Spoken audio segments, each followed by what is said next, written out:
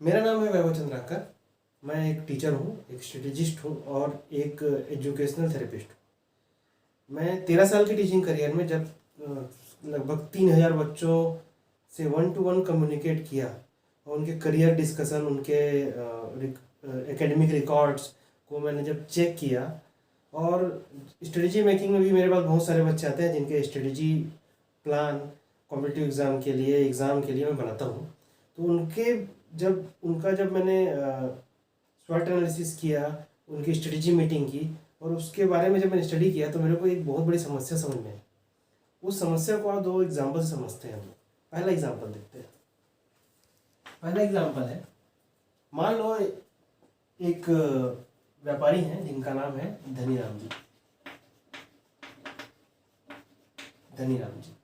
धनीराम जी की एक इलेक्ट्रॉनिक्स की दुकान है, बहुत सक्सेसफुल इलेक्ट्रॉनिक्स की दुकान है दिल्ली में। धनीराम जी का एक बेटा है जिसका नाम है मनीराम। मनीराम पढ़ाई में कमज़ोर स्टूडेंट है, उसका पढ़ाई में बिल्कुल ध्यान नहीं रहता, या फिर वो जैसे तैसे पास हो जाता है, ठीक है। पर मनीराम जो है वो अपने पिताजी की दुकान में समय देता है और वो सारी चीज़ों को समझ गया है कि स्टॉक कितना मेंटेन करना है, क्या प्राइसिंग रखनी है सामान की, क्या इनकम होता है, पूरा प्रोसेस वो जानता है बहुत अच्छे से। उस दुकान को चलाना वो सीख गया। मनीराम का एक दोस्त है जिसका नाम है विनोद। विनोद पढ़ाई में एक एवरेज फ्रेंड है। इस एवरेज को एकदम बिल्कुल ध्यान में रखिएगा, ये हमारा एवरेज बहुत कम आएगा। ये एवरेज ही सब चीज़ों की जड़ है, एक एवरेज स्टूडेंट। अब धनीराम जी देखते हैं मनीराम पढ़ाई में होशियार नहीं है, पढ़ाई में उसका बिल्कुल ध्यान नहीं है, पर वो दुकानदारी समझता है। तो दिल्ली के पास गाजियाबाद में मनीराम जी के लिए भी धनीराम एक इलेक्ट्रॉनिक्स की दुकान ओपन करने का सोचते हैं और ओपन कर देते हैं। विनोद क्या है कि वो मनीराम के घर आना जाना करता है, उसकी दुकान में भी आना जाना करता है। उसने देखा है कि धनीराम जी के जो बिजनेस है उसमें कमाई बहुत अच्छी है और वो पढ़ाई में एवरेज है। तो वो भी बहुत अच्छा एक्स्ट्रॉर्डिनरी तो कर नहीं पा रहा है पढ़ाई में कि उससे कोई बहुत अच्छा करियर बना ले। तो वो ये सोचता है कि इस दुकान में बहुत कमाई है तो मैं भी वैसा ही एक दुकान खोल लेता हूँ। तो इसने भी गाजियाबाद में एक दुकान खोल ली इलेक्ट्रॉनिक्स। अब ये दोनों एक दूसरे के कॉम्पिटिटर हो गए, क्योंकि मनीराम धनीराम जी के बिजनेस को बहुत अच्छे से समझता है, सारी चीज़ों को जानता है, उसको पूरा बिजनेस करना आता है, तो उसके सक्सेसफुल होने के चांसेस बहुत ज़्यादा है। और विनोद क्योंकि केवल कमाई को ध्यान में रखकर उसने वो बिजनेस खोला है, उसने वो काम सीखा नहीं है, उसके बारे में को नहीं मालूम, तो वो इसके साथ कंपटीशन नहीं कर पाएगा, जिसके लॉस में जाने के चांसेस बहुत ज़्यादा है। ये पहला एग्जाम्पल है। पहले एग्जाम्पल का पढ़ाई से बहुत ज़्यादा संपर्क नहीं है, लेकिन दूसरे एग्जाम्पल को समझने के लिए पहला एग्जाम्पल बहुत जरूरी है, इसीलिए मैंने पहला एग्जाम्पल बताया। अब दूसरा एग्जाम्पल देखते हैं। एग्जाम्पल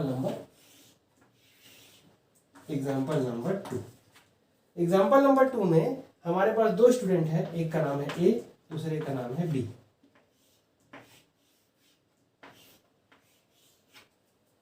जो ए है वो बहुत एलीट क्लास का है। एलीट क्लास का मतलब उसके घर प्रोफेशनल्स हैं, कोई यूपीएससी ऑफिसर है, कोई डॉक्टर है, कोई इंजीनियर है, इस तरीके से डॉक्टर या प्रोफेशनल्स फैमिली से है।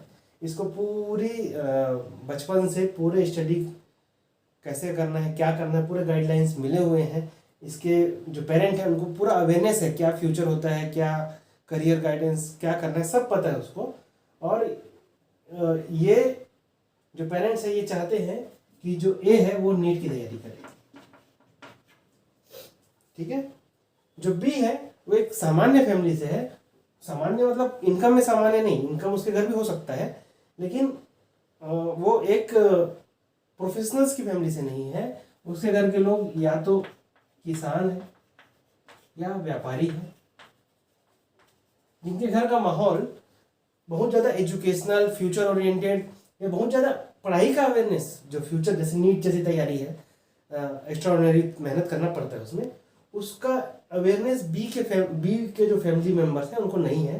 तो बी को वो बेसिक चीज़ें शुरू से नहीं पता है, इसको बेस्ट कोचिंग, बेस्ट इंस्टीट्यूट शुरू से मिल रहे हैं, सब चीज़ उसको उस तरीके से तैयार किया गया है कि वो फ्यूचर में जाके डॉक्टर बने। तो जो ए है वो पढ़ाई लिखाई के फील्ड का मनी राम है। जैसे मनी राम को अपने घर के बिजनेस के बारे में सब पता है, भले तो वो पढ़ाई में वेस्ट था लेकिन उस कमज़ोर था, लेकिन इस पढ़ाई में वो माहिर है, उसको सारी चीज़ें पता है। वैसे ही जो ए है उसको भी वो पढ़ाई लिखाई की दुनिया का मनी राम बन जाता है, उसको सब पता है। जो बी है उसको भी नीट की तैयारी करना चाहते हैं उसके पेरेंट्स, उनके पिताजी सोचते हैं कि मेरा बच्चा पढ़ाई में एवरेज है, दोनों एवरेज स्टूडेंट हैं या ठीक ठाक एवरेज स्टूडेंट हैं, तो उसको नीट की तैयारी करवाते हैं। वो कोचिंग करेगा 11 से और बहुत अच्छा रिजल्ट गेन करेगा और डॉक्टर बन जाएगा। और उसमें डॉक्टर की उसमें कमाई बहुत है, इसने भी ध्यान दिया कि इसमें क्योंकि डॉक्टर की उसमें कमाई है, उनको डॉक्टर के काम का अवेयरनेस नहीं है, तैयारी का अवेयरनेस नहीं है। पेरेंट्स ने डिसाइड किया कि ये नीट की जाएगा। दोनों नीट की तैयारी में 11th क्लास में साथ में आएंगे। पर क्या दोनों का कंपटीशन बराबर है?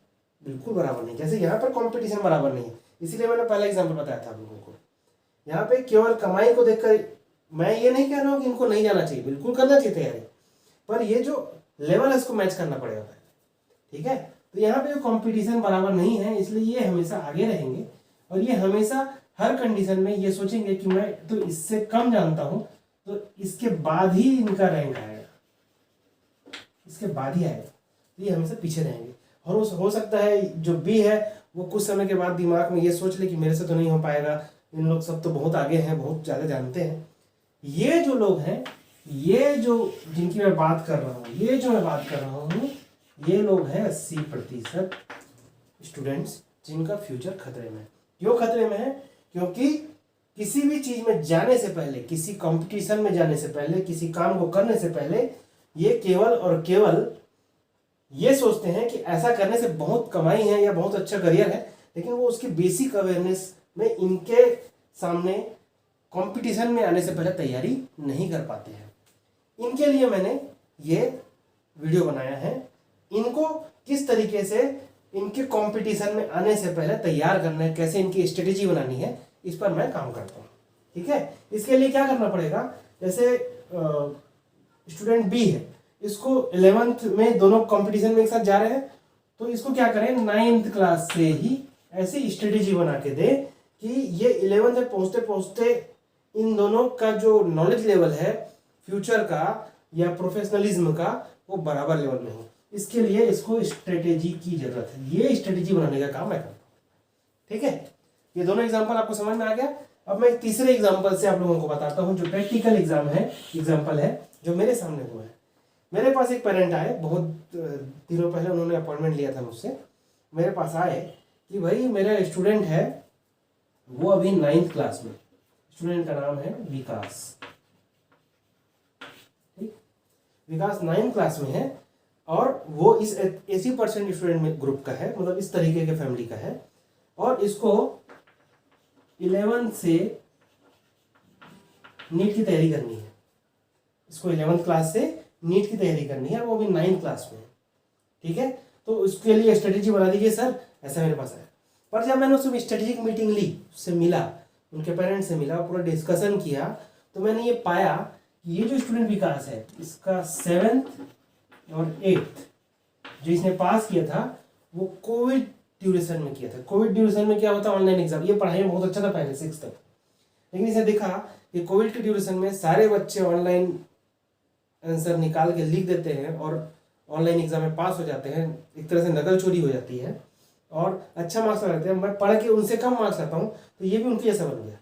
इसने भी क्या किया कि वैसे ही करके कर लिया कि मेरे को तो टॉप करना है, मैं हमेशा टॉप किया हूँ तो मुझे टॉप करना है, तो मैं भी वैसे ही करूँगा। इसका जो 7th और 8th का नॉलेज है वो हो गया डाउन, इसकी क्वालिटी हो गई खराब, इसकी राइटिंग स्किल, रीडिंग स्किल हो गई खराब। तो हमारे पास अब प्रॉब्लम ये थी कि पहले इसको ये रिकवर करना पड़ेगा, उसके बाद इसकी स्ट्रेटेजी आएगी। यहाँ पे स्ट्रेटेजी S1 लगेगा, इसमें स्ट्रेटेजी S2 लगेगा, ठीक है। अब मैंने स्ट्रेटेजी S1 में काम किया, मैंने पहले उसको बिठाया, उसका इंटरव्यू लिया और उसके बारे में देखा। तो किसी भी स्टूडेंट, जैसे किसी कंप्यूटर में इनपुट कैसे होता है, जब हम उसमें इनपुट देते हैं तो कीबोर्ड से इनपुट देते हैं, माउस से इनपुट देते हैं, इस तरीके से इनपुट देते हैं। और आउटपुट कैसे होता है, प्रिंट निकाल के स्क्रीन में आउटपुट होता है। वैसे ही किसी भी स्टूडेंट को अगर उसको इनपुट देना है, कुछ पढ़ के सीखना है, तो उसके लिए उसको करना पड़ेगा रीडिंग,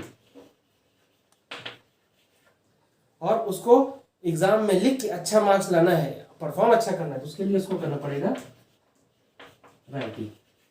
तो मैंने इस स्टूडेंट के रीडिंग और राइटिंग स्किल में काम किया। रीडिंग और राइटिंग स्किल सुधारने के बहुत सारी स्ट्रेटेजी हमारे पास है। हर तरह के स्टूडेंट के लिए, हर उम्र के स्टूडेंट के लिए ये रीडिंग और राइटिंग स्ट्रेटेजी अलग अलग है, हम उस पर काम करते हैं। तो मैंने 15 डेज का रीडिंग और राइटिंग स्ट्रेटेजी उसके लिए अप्लाई किया। राइटिंग के लिए मैंने उसको पैराग्राफ राइटिंग कराया, अलग अलग तरह से राइटिंग सुधारते हुए, अलग अलग सब्जेक्ट और कंसेप्ट, मैथमेटिकल बैकग्राउंड की चीज़ों को कैसे लिखना है, इंग्लिश कैसे लिखना है, हिंदी में कैसे राइट करना है, उस सारे का राइटिंग स्किल में काम किए। और रीडिंग स्किल में उसको रीडिंग की स्पीड, एक दिन में कितना पढ़ना है, एक घंटे में कितना रीड करना है, उसको अंडरस्टैंड करने के लिए कैसे रिमेंबर करना है, वो सारी चीज़ों पे हमने काम किया। और मात्र 15 डेज में ये जो डाउनफॉल आया था उसके एकेडमिक्स में 7th और 8th के कारण, वो रिकवर हो गया और वो उससे अच्छा स्टूडेंट बनकर 9th में आ गया है।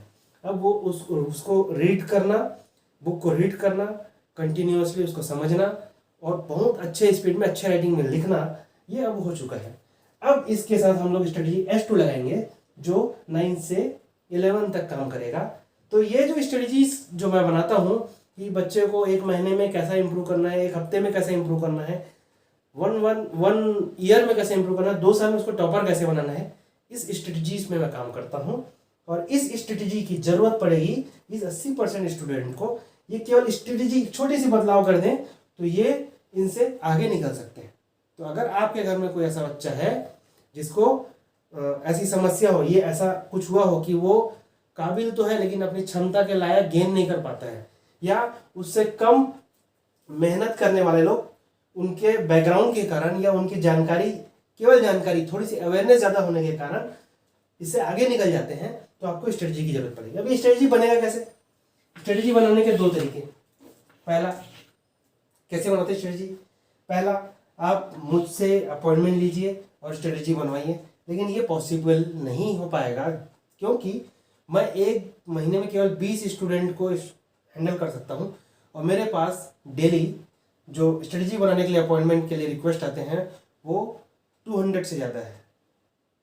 20 स्टूडेंट को हैंडल कर सकता हूँ, 200 से ज़्यादा है, क्योंकि लोगों ने मेरे बारे में जानकारी हुई और स्ट्रेटजी बनाने के लिए आप आ गए। ठीक है, इसमें फीस भी लगता है मेरे पास आने के लिए, थोड़ा सा अपॉइंटमेंट मिलना थोड़ा कठिन है। दूसरा तरीका है कि आप मेरा जो ये चैनल है उसको सब्सक्राइब कर लें। इसमें स्ट्रेटेजी कैसे बनाना है या अपने बच्चे के लिए कैसे बनवाना है, बहुत आसान तरीके से मैं इसमें बताऊंगा, स्टेप बाय स्टेप, कौन कौन सी चीज़ें होती है, क्या होता है, एजुकेशनल थेरेपी कैसे की जाती है, फाइनेंशियल थेरेपी कैसे की जाती है, ये सारी चीज़ें मैं इसमें बताऊंगा। तो आप इसको मेरे चैनल को सब्सक्राइब कर लीजिए। और आपको ऐसा लगता है कि आपके जान पहचान में, रिश्तेदारों में, क्योंकि हम भारतीयों में एक दूसरे के काम को हम आसानी से जानते हैं कि कौन कितना आगे है, कौन। अब बच्चा बोलता है, अब बच्चे को पूछेंगे क्या बोलेगा वो, कि भाई कैसे चल रही है पढ़ाई? अच्छी चल रही, कितनी अच्छी चल रही है, क्या स्ट्रेटजीज चल रहे हो, कि जो अच्छी चल रही है उसमें आप क्या गेन कर पाओगे, वो किसी को नहीं मालूम। ठीक है, उसको अगर सॉल्व करने का कोई भी रिश्तेदार है, आपके घर का बच्चा है, आप खुद स्टूडेंट है, तो स्ट्रेटजी कैसे बनानी है आप उनको सीखना पड़ेगा। तो उनको आप ये वीडियो शेयर कीजिए, उनको सब्सक्राइब करवाइए। एक के बाद एक हर वीडियो से ज़्यादा पावरफुल वीडियो मैं नेक्स्ट में दूंगा, बहुत जिम्मेदारी से दूंगा, और आपके बच्चे का प्रॉब्लम सॉल्व हो जाएगा। धन्यवाद, नमस्कार।